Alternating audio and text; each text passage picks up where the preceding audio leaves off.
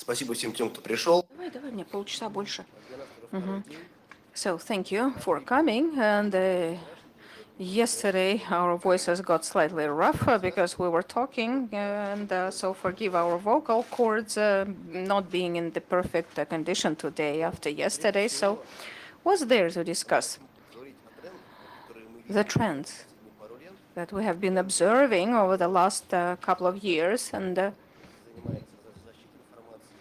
so of those who protect information, and we help them, and very often we feel the trends of attackers. And unfortunately, in our area, virtually there is no statistics, because usually people do not elucidate the incidents very much, and the statistics is quite crippled, you know.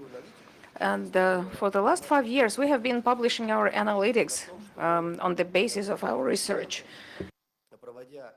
So, studying the incidents, penetration tests, and studying DBs and vulnerabilities, we keep doing it, and then provide you the cumulative analytics. So the results we are going to show you, you should take kind of with a grain of salt. You know, they're dramatic, but we're not looking especially for the vulnerabilities.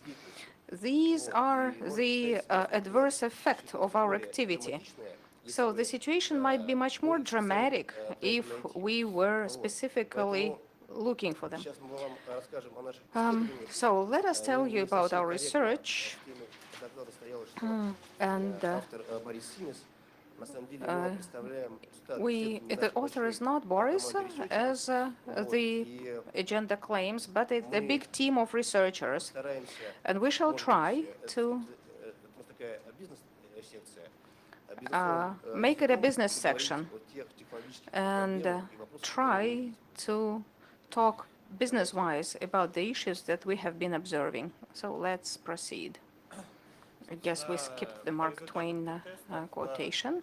Okay, after the tests we made, we found critical vulnerabilities everywhere.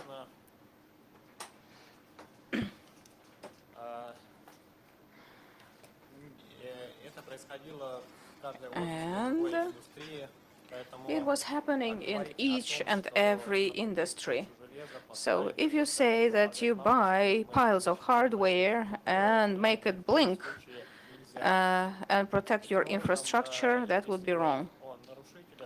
Speaking about the perpetrators, virtually they can always get into your infrastructure, confirmed by our tests and our incidents investigation experience in big infrastructures. With this simple reason, once we take a glass house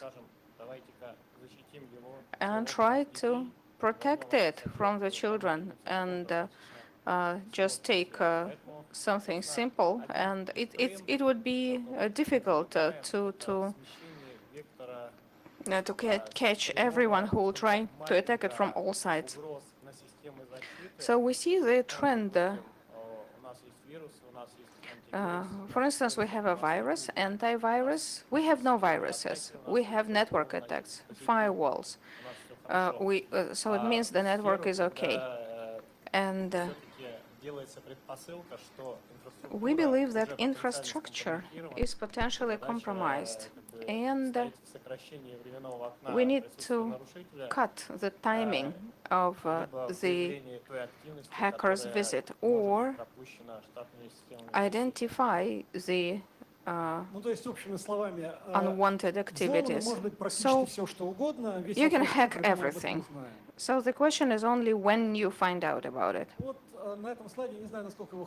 So this slide is showing you the picture of the reasons of the vulnerabilities in the systems. And on the right, we see the growth or decline to previous years. So the types of vulnerabilities that we came across.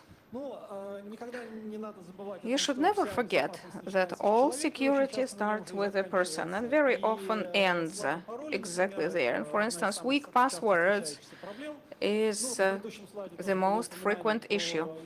And the previous slides also mentioned lack of patches. So once you close the vulnerability, but it's still there and can be used. And year on year, the issues are snowballing. So last year, holes remain this year, and there is no breakthrough. Or in the number of attacks or the quality of attacks, you cannot invent a super firewall or super antivirus. At least it did not happen last year. In my view, I was surprised that the discrepancy between the perception of system owner and the hacker, so our customers, virtually all of them, do not believe an external perimeter is an issue. Everyone is sure that they have a beautiful network firewall which is set up and presents no issues. And it is so different from real life, from reality, that it was absolutely outstanding, amazing. If you look at those vulnerabilities, this is chaos, you know, forgotten website, management systems, unpaid Windows machines that keep running in the web. It's not even vulnerabilities, it's chaos in the heads of the people. This is the main issue. People do not even feel it as an issue. Among those who protect IT system, there is a paradigm that the external perimeter had been protected long ago, and now we're taking it to a new level, but it's absolutely wrong. So a hacker doesn't have even to be smart or savvy to come inside, to overcome the external perimeter. That's the trend. I believe the internal system develop faster than they get protected. So, and another general comment is that the main security issues start because people who look at the system immediately see the cracks. And so the problem is seen only when it's hacked. So, and the resource owner tend to forget that it becomes obvious after the incident. So they rarely take preventive measures.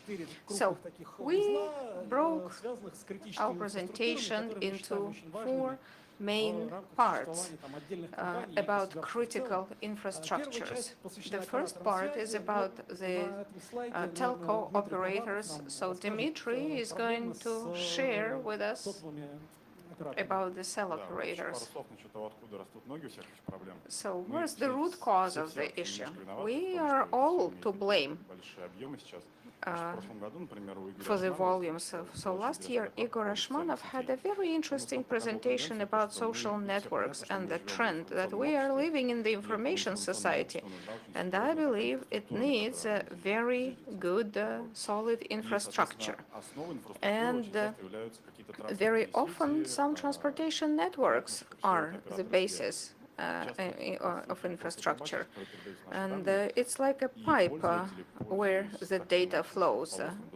And the users through broadband or mobile internet never think about the security provided by the operator. And part of our activities through audit or additional research shows that the operator infrastructure is the most vulnerable part. So this slide showing the information on equipment that's available from the web. We wanted to see how safe is to use mobile internet. Usually, people are interested in some radio interception at an interface level, so the technologies are quite protected there. Let's look at the other side. We saw that the trunk network. And we saw that there are components like GSM gates is a node which is between the operator and internet. And we started trying to see such nodes in the internet, such hub, and collected information is available and shows that so many devices are available through common protocols and interfaces. This is a vulnerability number one. So number two is word passwords. Password made of words. So just with Shodan, we are looking, for instance, GGSM, and find a huge number of available devices identified by banners and protocols, and then we see that they have words as passwords, simple things like that. And what's so bad about it? Because they allow you to penetrate easily inside the operator's network. So protocols like DTP are available to transfer the user's data. So, and what can the hacker get there? So very low entrance threshold. So any schoolboy can do it. I don't know how many of them are honeypots, but by operators, but I guess some devices are there just because of negligence or by erroneous decision, so wrong settings, whatever. And the device is available, is open, and the hacker can get inside and then get access to any unprotected data because they're not encrypted, they're just going like open text. So interception opportunities are endless, and attacks like blocking access of mobile users. So this is all crap compared to the confidentiality loss and users' data leaks. What else? SIM cards. SIM card is a thing that's difficult, you know.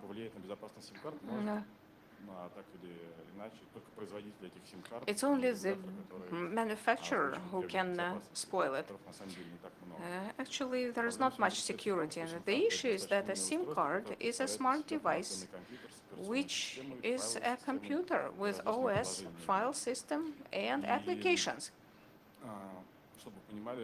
And for you to understand, SIM card would not be set up once, but the operator keeps communicating with it through different protocols and sending binary SMS to your SIM card. So he will assign the DNS server SMS center.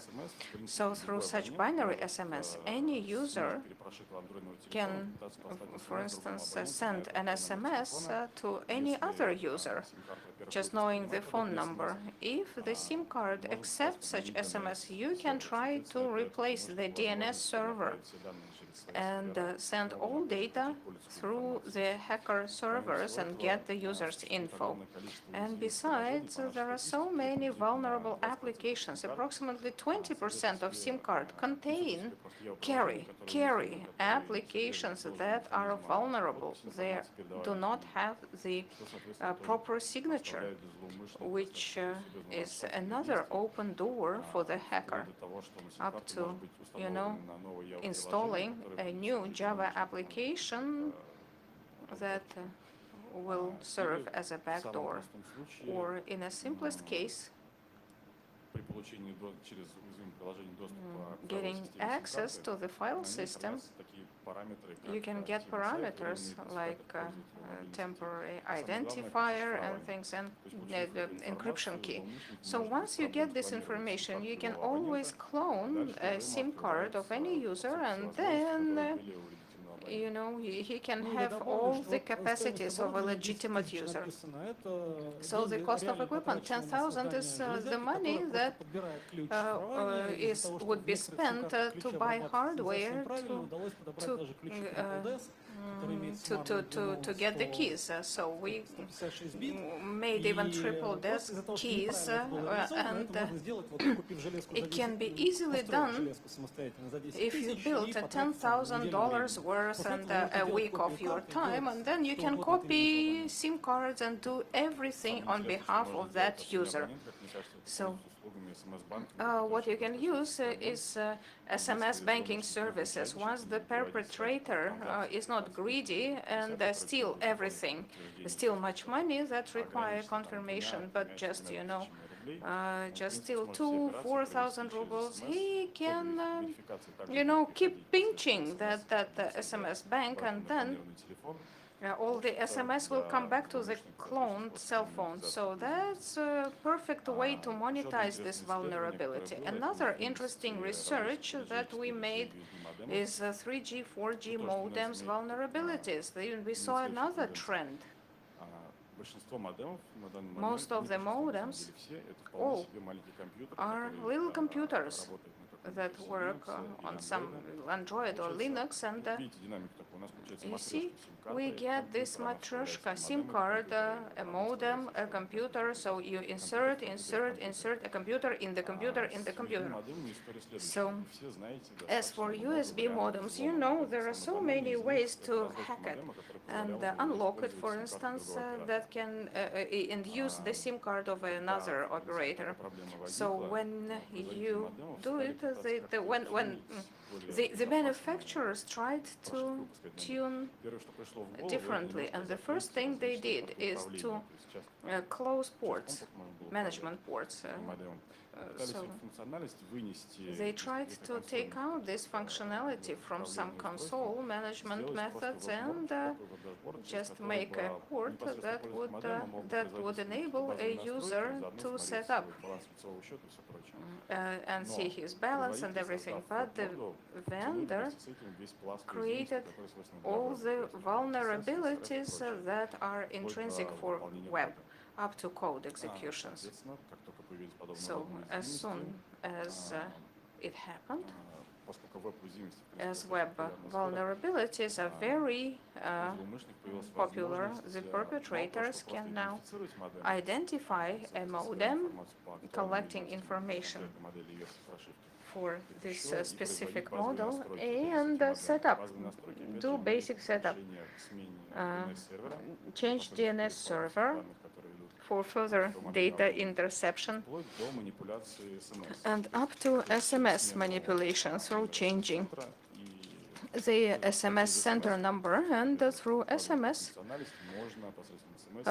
you can change and send the password for the self-service portal. After that, the hacker can just manage, so control the finances of the user.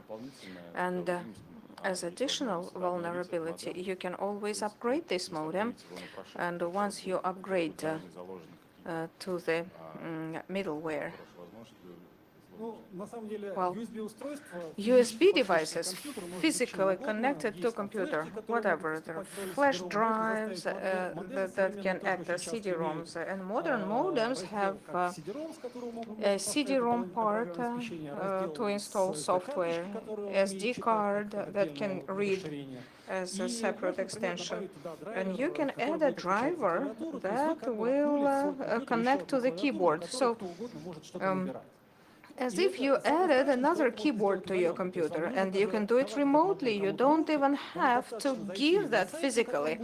You can just go to the website with a proper exploit this website will send a command, and then you will use this additional keyboard to send commands and control the local machine, which is probably a dream of any hacker. And you, as what you have to do as a victim is just from the modem go to the wrong site. We were looking at many modems and websites. 27 out of 30 contained such vulnerabilities, and it's something like drive-by download attacks, but targeted at modems, not computers. So when you just visit web resource, and if it is infected, they can send you a botnet and attack to control the modem and then control your computer.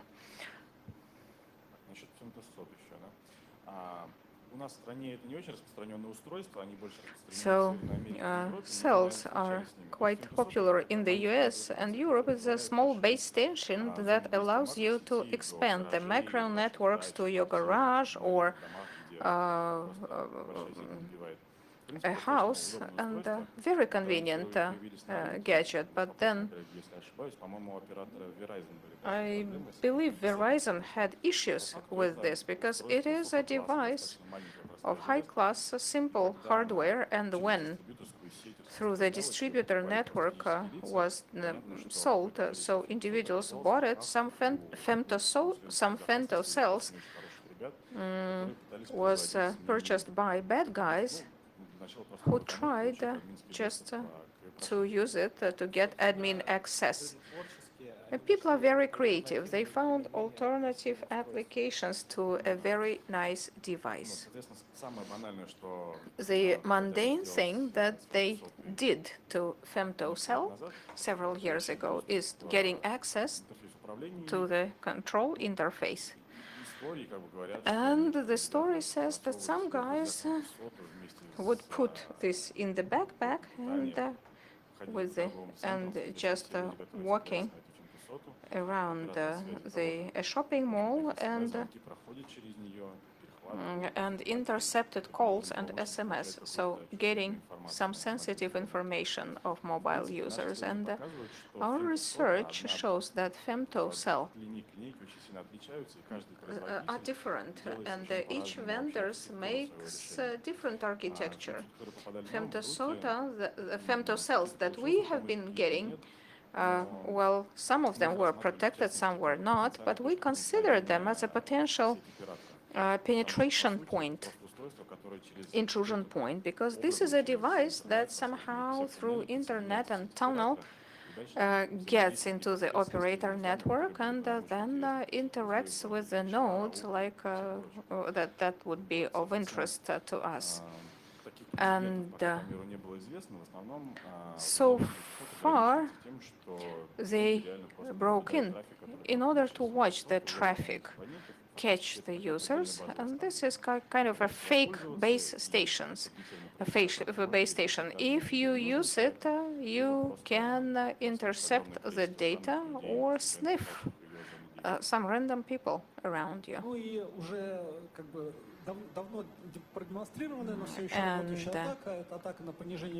a popular attack to reduce the protocol version from 3G when a mobile client is trying to connect to a cell, so it will check the validity. And in 3G and 2G it's different, so you just suppress the proper operator signal and raise your femtocell through 2G, and the user will connect, and you can pass calls and SMS, and you control if you have this femtocell, and you can go to the Mint Mobile booth. They will show you how your cell phone will be downgraded to 3G, then we kill 3G, and the cell phone will have to use the old good GSM connection that still covers 80% of the connection, and then the mobile station cannot check the authenticity, and you connect to the fake network, and and all your data will be intercepted and sniffed. And then you can always suppress the availability of a connection, and the users lose the operator, and it's especially sensitive if you provide vital information. Again, and this device can cover hundreds of square meters and just leave the people without any connection. So why this USB modem research was so interesting? Because the use of such modems as access point to internet by ordinary people is probably the simplest way. But you also, at the ATM, there is a little antenna, the same GPRS connection to the processing center. And many technologies work that way. Internet of Things use mobile technology as transport, and build logistic services to track the trucks, or track a gas pipeline with rows of gadgets and sensors. So that's clear. They mainly work via GSM connection. And in some cases, 3G protocol were necessary to arrange broadband access to those devices, but very often the interaction to those SCADA systems would be done through short messages. And all the vulnerabilities are there and can leak the information and present the threat for industrial enterprise systems and critical infrastructures. And another interesting topic is about the SSL protocols level attacks. 2014 was rich in them. And last year we were talking about those vulnerabilities, and luckily the German researchers followed up, and then at the CC conference we kept talking about those vulnerabilities, and then the public got excited, and the Washington Post even wrote about the possibility of secret surveillance through this vulnerability. Unfortunately, as it often happens, so the journalist just touched the tip of the iceberg, because it's not such a big issue, but the higher issue is this vulnerability allows you to attack massive denial of service attack, like for instance a router that can service 2 million of users. Once it's attacked, once it denies the service in the vicinity of a business center, we shall all be left without connection. This is like a terrorist act. And then vulnerabilities of SS7 networks is very serious, because it's a network that was developed somewhere back in the 80s, and it was supposed to be used for fixed lines, and then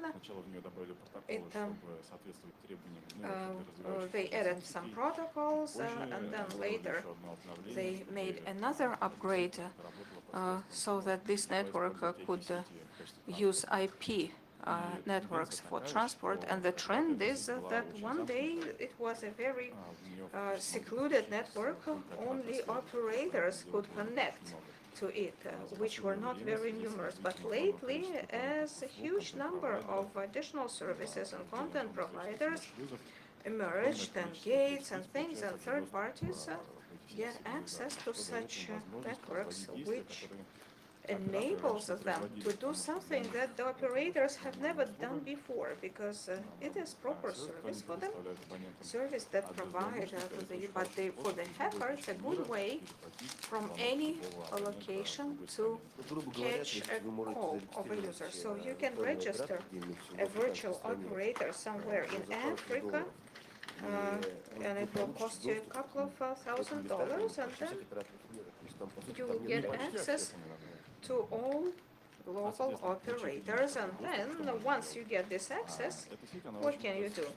This network has been around like a nervous system for the mobile word. So for the voice, you search for the user. Because that's the idea of the mobile phone. You can take your nomadic phone and go to Turkey for a holiday. And then, considering this network is international and there's roaming among all operators, so you become omnipresent. You get the license or you get access to this network and have a chance to intercept the calls of any user. And for that, you only need to know the victim's cell number. You can intercept SMS messages, send SMS messages on behalf of every user, which is actually compromising all the system of one-time passwords. So, for instance, when the password would be. Это все использует такой альтернативный канал доставки информации, как СМС, который считается относительно защищенным. And which is more or less protected, but not much. And by through the signal chain, you can get information from anyone. Интерес по злоумышленнику может быть огромный. И каким образом дальше будет развита атака, мы можем только фантазировать. I'd like to ask one clarifying question. So can you listen to a user located living in another country? Will he get any bills for talking? No, because he will need to listen in to any user. So we deceive the billing system, and so we try to organize it in a way so that the billing system, once we connect, so then a conference call, like it will look like conference call between three users, right? So and two good guys and one bad guys, and so then he will listen to the talk between the two users, at the same time avoiding. So the numbers of two users will be original numbers, but when he gets so a ring on his cell phone, so he will, and so it's kind of a counterfeiting of the system, of the billing system, and so will provide any kind of information. We can provide false information or real information. And if we provide false information, then the user will not get any additional bills to pay. Another is technological processes. So we talk about any production processes, technological processes, transportation, so any industrial sites or manufacturing facilities.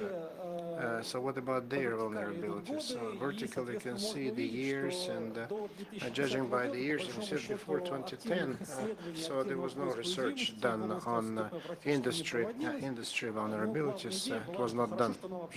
And so the idea was that it's good that it works. And so then starting from 2011, we went into a serious study and learning more, and so the issues are trying to address all the challenges, and this pie shows how long it took the vendors to fix the vulnerabilities. The best is the blue segment, so 3 months since the vendor is notified, so the vulnerability was closed in a matter of 3 months.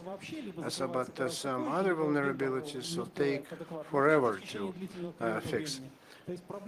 And so this is an outstanding issue, very grave issue, and then it's not resolved anytime soon. This circle diagram, you can only see the visible part of vulnerabilities, but unfortunately, so these systems cannot put patches, introduce patches or updates right away. And because of the complexity of the industry in question, and so that it may so another technological window when the patch may be installed, it sometimes requires a year. So and then before this window opportunity comes up, and then you can do that. And so this is because of the specifics of the technological process. So they cannot do it any faster or earlier. So the statistics is need to understand what it means, because the number of vulnerabilities in the last 3 years, it's not a trend. It's got Stuxnet when everyone learned about that. And so then everyone started to think it in terms of vulnerabilities, but others didn't look for it. And so there is no planned process where you study all companies for vulnerabilities and all software producers for vulnerabilities. They don't canvas them. And then, so then the vendors and the developers of industrial systems, corporate systems, so they do not check for vulnerabilities, and so it's kind of random looking for vulnerabilities, but it's not a sustainable effort. These two charts show how many gadgets are on the internet. So then, the best scenario, there should be none. But like with mobile operators, some mistakes of configuration, so the simplification of networks, etc. So sometimes it's only one controller, sometimes it's the data center, and and on the left is the numbers, and you can see that the United States is ahead of the world, but because they started to introduce so this system much earlier, that's why they've done much more. So that's why they have so many. And then on the right hand, so you can see this chart that shows the vulnerabilities. So in Germany, about 3% of gadgets on the internet are still vulnerable. So they're taking care of the vulnerability. But in China is not even on the left. So it's less than 1,300 gadgets are vulnerable on the internet. And half of them are vulnerable. So it means that there aren't many at the same time. So those gadgets are poorly configured, and so the implications are grave, and so they're an easy prey for hackers' attacks. And so Russia and Turkey is in violet. So they're pretty much the same. So the level number of gadgets on the internet and the level of security of those gadgets. So Russia equals Turkey. So there are quite a few gadgets, but they're not protected well, not secure. And then, so some countries, less than 10% of gadgets are vulnerable. Some countries, 20% of gadgets are vulnerable. And so there are countries where China, everything is so bad, so every gadget is vulnerable. So for me, this is the saddest slide. And so when we did this research for the first time, so look, SOTP is on the internet, and so what about your secure networks? Think about it, and so think about it, because you are. So we're sending information to other countries, but nothing is changing. Ну, на самом деле, что-то меняется, вендоры реагируют, но вот как было показано вот здесь, вот реагируют они крайне медленно. Если говорить о реальных проблемах, которые может возникнуть централизованная, хорошо поставленная атака, when they mount an attack against us, будет, например, для той же окружающей среды в регионе, не Чернобыль получим, но последствия могут быть очень so we can серьезными, certainly get а так some просто grave через интернет, через implications. обычный компьютер, Through никакой internet, through дополнительной computer, техники, в so общем, no нет. additional equipment is required. Or, for example, just the changing frogs on the railway track. Then financial sector, so then it allows the clients to talk to each other and so to remit money, money remittances, and so they are trying just to make sure that the service is convenient, and it's why they lose certainly in security. And so the remote banking service, 78% of the banking systems have vulnerabilities. That's very high level of risk. And very often, so the developers, they didn't think well when they developed those systems. So it means that if you take the box solution, so then the chances it will be more protected than if you develop it yourself. So that's why security-wise, it's better to trust the professionals because so the out-of-the-box solutions are much better. And in 40% cases, so the miscreant so can get unauthorized access to the personal data and accounts of the bank accounts. And in 13% of cases, 13% of times, so the miscreant could handle so the other people's accounts directly. And then, so then the same function, so mobile banking is very popular, and then each bank has its own mobile applications. So they tested the Android and iOS applications, we tested them, and so more than half of the applications have certain problems, so which can be hacked easily. So it has nothing to do with what the user wants to do. So Android is more vulnerable than iOS. So 70%, and the new Sberbank application, so they're checking so the unrooted cell phone. So because if it's not a rooted cell phone, so you cannot do the templates of payments.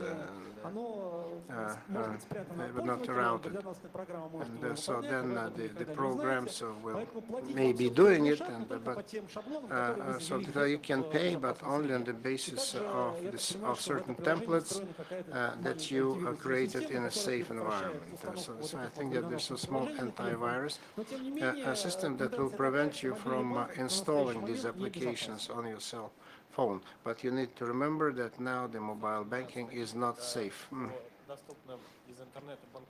Then ITMs visible from internet. Yeah, because ITMs, so they are equipped with Windows XP, and it's updated, but it's not very well supported. So Pakistan is, Russia is second place because all the ITMs can be visible from the internet. So, for example, if an ITM machine is in the banner, so there's the name of the bank that owns this ITM machine. Then 87 ITMs could be seen online, but after the notification, only 33 are seen. So the banks are thinking about their security. So because ITM is money, and so they don't, and they take measures to make them safe. And but certainly life shows that they're not prepared for those attacks. But if you can get an access to the ITM machine from the internet, so what can be done with this ITM machine, you can easily see what can be done, because if you have an online access to the ITM, can give you any money. So you don't have to have a card, to have a bank account. So through the vulnerability using the software in the ITM machine, so you can make the ITM give you money. Then media resources, so that are frequented, and so then the mass media website security. So 68% of all systems have vulnerabilities of high level of risk. 81% systems developed in PHP contain critical dangerous vulnerabilities, and 89% of vulnerabilities are caused by the mistakes in the program code, and only 11% of failures are related to the incorrect configuration of web applications. So then the site administrators work better than programmers, programming engineers. Almost 90% of vulnerabilities so could be fixed if you properly develop the code and before you put the site in such aggressive, dangerous environment as the internet is. then the resources that everyone visits, it's a way just to do harm to the user, and it's a good chance. So 15-17% of the agencies they notified the last 3-4 years. So so then from 15 large news agency sites in Russia, so they provide their own code or what? So they made public. And so you can see some presentations, you can see the news about new antivirus vendors, and all the way up to 1 million unique visitors that visit the resource, and people were attacked, those who visited, and so the banking Trojan virus was inserted, and then the trends completing our research. By the way, so we have a good magazine, Cost of Research. So this research is all the research is represented in a more comprehensive and detailed manner. And then from the viewpoint of almost all corporate customers and banks, telcos, industry. So it's very fashionable to protect themselves from attacks, from hacking attacks. So let's find some smart machines that would identify 0 days and find hackers, and so then this trend has been around in the world for some time, but it's coming to Russia. So let's find 0-day guys, etc. So then, and there are so producers and consultants who have these competencies, but at the same time, business in the last 2 years. So there's really a request for real protection, real security, because usually it was this demand for security on paper security. So they just give you paper and then everything is fine. They give you a certificate, but this security on paper, they're not happy with it anymore. So, and against the background of more attacks and more hacking attempts, and so that's why they don't want just security on paper, but real security. They want to develop the system that will be functional, efficient, and really protect the company. It's that trend. So when you step with your naked foot on a sword, so this on one hand, so they want the 0-day sophisticated systems, but on the other hand, so they do not even take the most simple precautions. So like keeping your PIN code, or just being careful when you cash in your credit card, etc. And people don't pay attention to that. And then the most recent trend is. I noticed that in recent years, so the task was to protect. It's secondary in importance, because objectively it's impossible just to be protected 100%. So we not protect ourselves, but at least to identify the bad guy as soon as possible and to stop him from doing more harm. That's the idea. And because not even to protect, there is no such thing as 100% in real time. And for example, some measures real-time attack identification, so tracing, etc. But so at least if you, for example, you find out who did it half a year after it's been hacked, it's already good. And so that's a new trend. That's when they're trying just to get to those bad guys. Then the underground trend.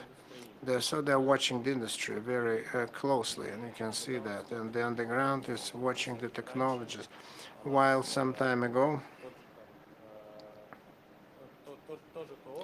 so we had the same software that encrypts computers and demands money. Now they're using good crypto-resistant algorithms.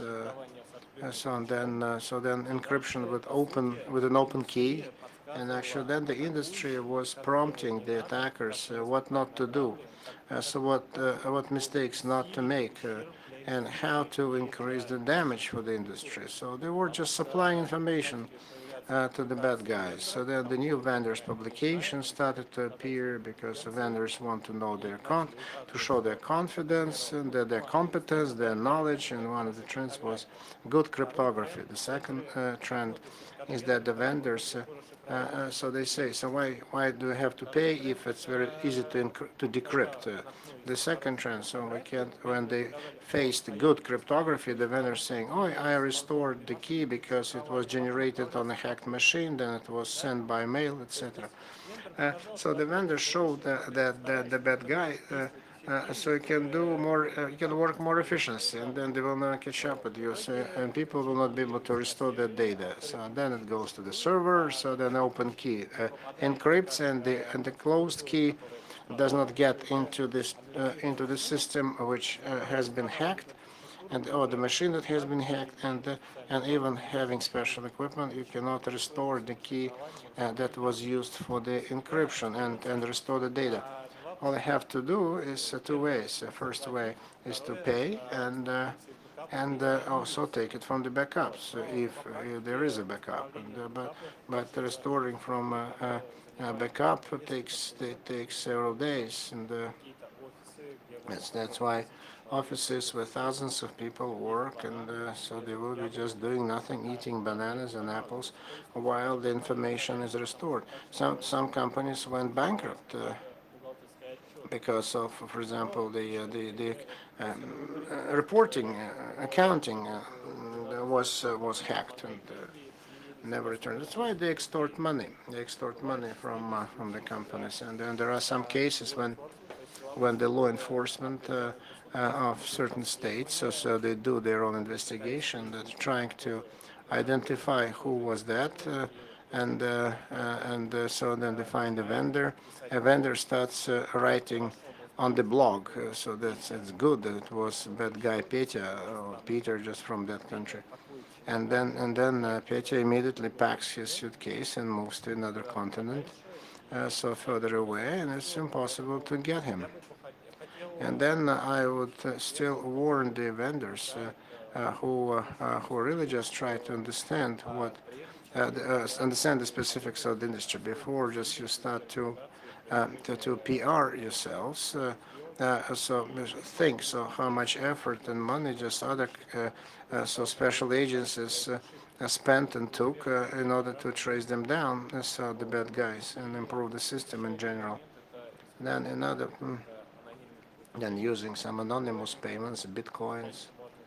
So used to be to somehow pay with money. So because now they started to watch the money, the tracing the money, and some people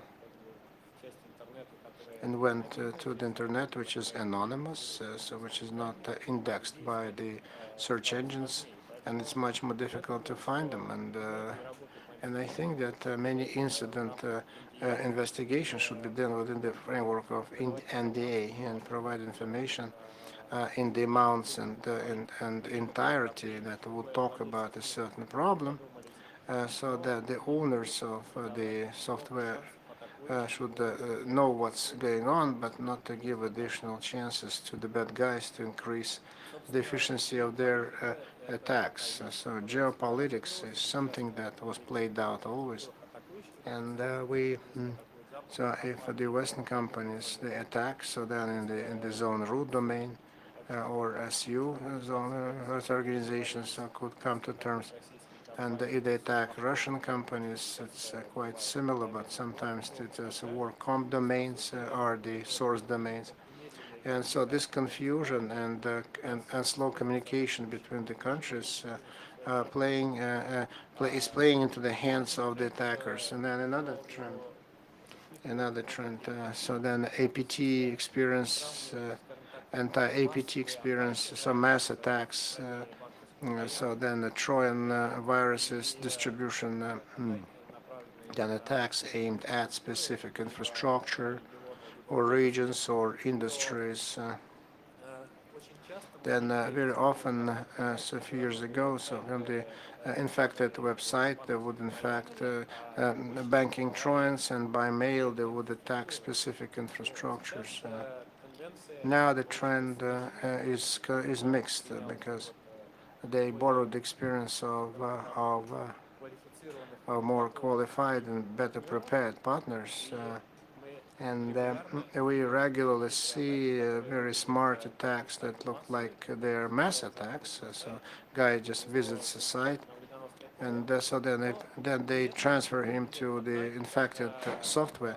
But we've seen attacks where in the tuning of the structures of the attackers, so they had the addresses, so government addresses, banking addresses, and infected software was delivered only if the people just would visit the site from other organizations, and for example, it says it's coming from IP addresses so that belongs to the government of another state. So then the malware is distributed. But if you come from wrong parameters, then the site behaves decently and does not distribute the malware.